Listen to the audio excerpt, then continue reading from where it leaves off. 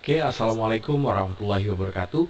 Perkenalkan, sebelumnya nama saya Muhammad Adlan Azikra dengan NIM 09021282227068. Yang di sini saya akan mempresentasikan ujian tengah semester saya dari mata kuliah Deep Learning.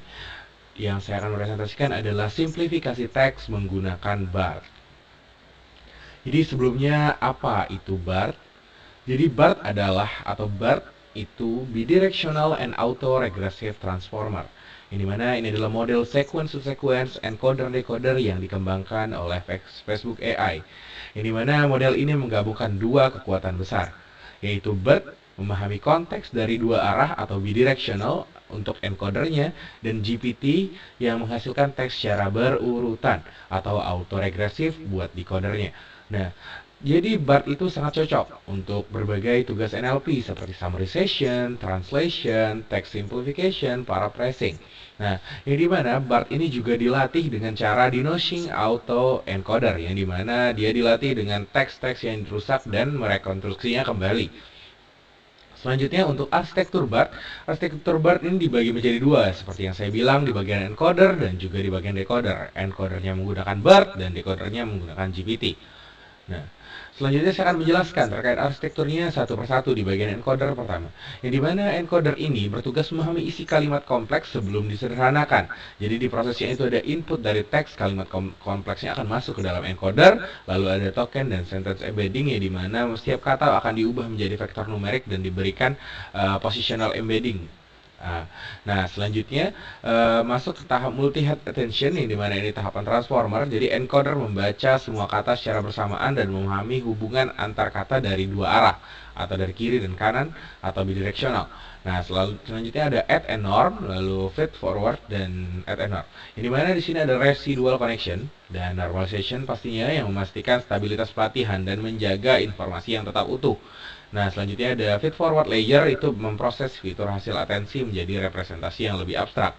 Nah, ini mana? Jadi encoder ini menghasilkan konteks representation, yaitu pemahaman secara utuh dari semua kalimat input. Nah, selanjutnya adalah bagian decoder, yang dimana decoder berfungsi untuk menghasilkan teks sederhana baru berdasarkan hasil pemahaman encoder, yang dimana itu adalah konteks representation tadi. Nah, yang dimana di prosesnya itu ada masket multi-head self attention, yang dimana decoder memprediksi satu kata demi satu. Jadi berurutan satu kata demi satu, yang mana ini adalah auto regressive. Lalu maskingnya itu mencegah decoder melihat kata berikutnya, jadi prediksi tetap alami dan berurutan. Selanjutnya ada seperti di encoder tadi, add and norm dan feed forward add and norm, yang dimana ini untuk menjaga kestabilan dan mengubah representasi menjadi makna semantik yang baru. Nah, selanjutnya untuk text prediction atau outputnya, inilah decoder menghasilkan teks sederhana yang akhir. Yang dimana decoder ini menghasilkan versi kalimat yang lebih sederhana, satu token per langkah, dan menggunakan mekanisme autoregresif. Nah, yang dimana bisa dilihat dari arsitektur BART ini dibagi menjadi tiga gerakan. Sebenarnya pertama adalah encoder, yang dimana encoder ini dari input menjadi konteks representation. Jadi setelah memahami dari konteksnya itu pemahaman penuh, maka akan diproses oleh decoder menjadi output yang digunakan, yang dipakai, yang akan dibuild kembali menggunakan autoregresif. Selanjutnya untuk kasus yang dipilih adalah kasus simplifikasi teks. Kenapa saya memilih kasus ini? Jadi simplifikasi teks ilmiah ini untuk meningkatkan terbacaan artikel untuk membaca awam. Yang alasannya adalah banyak artikel ilmiah yang saya rasa menggunakan diksi yang rumit dan istilah yang terlalu teknis. Jadi masyarakat umum itu sulit untuk memahami isi artikel walaupun topiknya menarik. Yang dimana tujuan dari simplifikasi teks adalah menyederhanakan kalimat tanpa merubah makna utamanya. Nah, alasan saya memilih BART seperti yang saya jelaskan tadi, terkait BART itu sendiri yang sangat powerful untuk tugas NLP, encoder decoder, text to text. Jadi karena dia memiliki kemampuan dua arah atau bidirectional, yang dimana ini memahami konteks kanan dan kiri, dari kiri dan kanan, penting untuk menangkap makna dari kalimat kompleks itu. Selanjutnya ada kemampuan generatifnya, itu autoregresif, yang menghasilkan kalimat baru yang lebih sederhana dan tetap natural dengan urutan per urutan. Selanjutnya ini adalah cocok untuk teks sequence to sequence, karena simplifikasi teks itu membutuhkan pemahaman konteks secara penuh. Nah, selanjutnya untuk dataset. Dataset ini saya menggunakan Hugging Face, Wikilarge, yang dimana dataset Wikilarge ini terdiri dari pasangan teks kompleks dan sederhana yang sudah disusun khusus untuk kasus simplifikasi teks. Jadi dataset ini lebih terstruktur daripada yang isinya itu artikel Wikipedia dan simple English Wikipedia. Nah, terdapat 3 split utama, yaitu trendnya itu ada 149.000, lalu ada validation setnya itu ada 494 data, dan test setnya itu 191. Nah, selanjutnya adalah strategi penyelesaian saya untuk kasus simplifikasi teks menggunakan BART ini, yaitu menggunakan BART sebagai pre-trained model, karena model BART ini digunakan karena sudah dilatih sebelumnya untuk memahami konteks bahasa dan mampu menghasilkan teks baru secara alami. Nah, yang dimana, seperti yang saya bilang di awal, BART ini memahami konteks karena dia dilatih dengan denoising autoencoder, teks rusak direkonstruksi, jadi dia memahami. Nah, selanjutnya adalah fine tuning dengan dataset Wikilarge, Hugging Face tadi, dataset berisi dataset yang sudah cocok sekali dengan simplifikasi teks agar dia mempelajari bagaimana cara mensimplifikasi teks. Selanjutnya adalah penentuan hyperparameter. Hyperparameter tidak lain dan tidak bukan adalah peran penting di sini. Ini mana?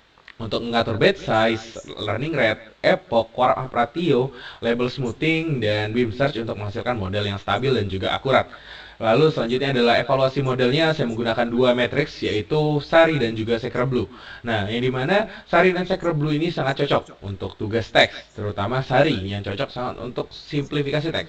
Dimana SARI ini memiliki 3 fitur utama, yaitu add, keep, delete.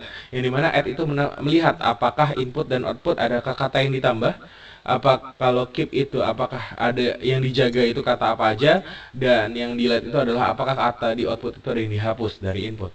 Nah, ini sangat cocok dengan simplifikasi teks yang melihat apakah ada penambahan, apakah ada perubahan, apakah ada yang dikurangi, dan juga SecReBlue. SecReBlue ini sudah sangat biasa dipakai di kasus NLP, yaitu melihat representasi n-gramnya apakah sama input dan outputnya.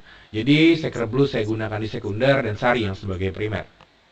Nah, selanjutnya untuk capaian hingga saat ini, saya sudah melakukan code, saya sudah mencoba-coba, yang dimana saya masih memiliki beberapa yang perlu saya tuning kembali. Jadi di sini ada install library yang belum ada, selanjutnya ada import library, ada load datasetnya, yang ini kita lihat juga pembagian datanya. Terus ini ada di bagian cleaning, yang dimana ini cleaning biasa seperti menghapus yang tidak perlu, menghapus spasi dan sebagainya. Lalu masuk ke tahap tokenisasi. Tokenisasi menggunakan auto tokenizer dari BART itu sendiri karena berdasarkan sudah sesuai format BART yang BBPI. Jadi di sini setelah tokenisasi, selanjutnya masuk ke load model. Load modelnya saya pre-train model seperti yang saya jelaskan menggunakan BART, dan itu model yang BART based. Lalu selanjutnya penentuan matrik evaluasi. Matriksnya apakah saya yang pakai itu adalah SARI dan juga SecReBlue. Nah, selanjutnya ada training argumen. Ini adalah beberapa hyperparameter yang digunakan dan lain-lainnya. Selanjutnya ini callback hyperparameter yang sudah kita callback ini adalah untuk early stopping. Saya coba. Lalu selanjutnya ini untuk trainernya tadi. Selanjutnya kita ngetrain. Dan saya mendapatkan hasil yang saya rasa sebenarnya sudah cukup, yaitu 46%. Namun di bagian inferensinya, ketika saya cek dengan 20 kata berbahasa Inggris, masih memang ada beberapa kata, dan saya totalkan ada dari 20 kata yang saya buat, ada 5-7 kata, 7 kalimat yang sudah benar, sudah sesuai, sudah simple. Namun ada beberapa kata juga yang tidak disimplifikasi, malah menambahkan kata-kata baru yang saya rasa tidak perlu atau halusinasi di sini. Mungkin ini kedepannya yang saya akan perbaiki, entah itu dari max length-nya atau repeat n-gramnya dan sebagainya. Mungkin untuk saat ini itu saja yang bisa saya sampaikan. Kurang lebihnya mohon maaf. Wabillahi taufiq wal hidayah. Wassalamualaikum warahmatullahi wabarakatuh.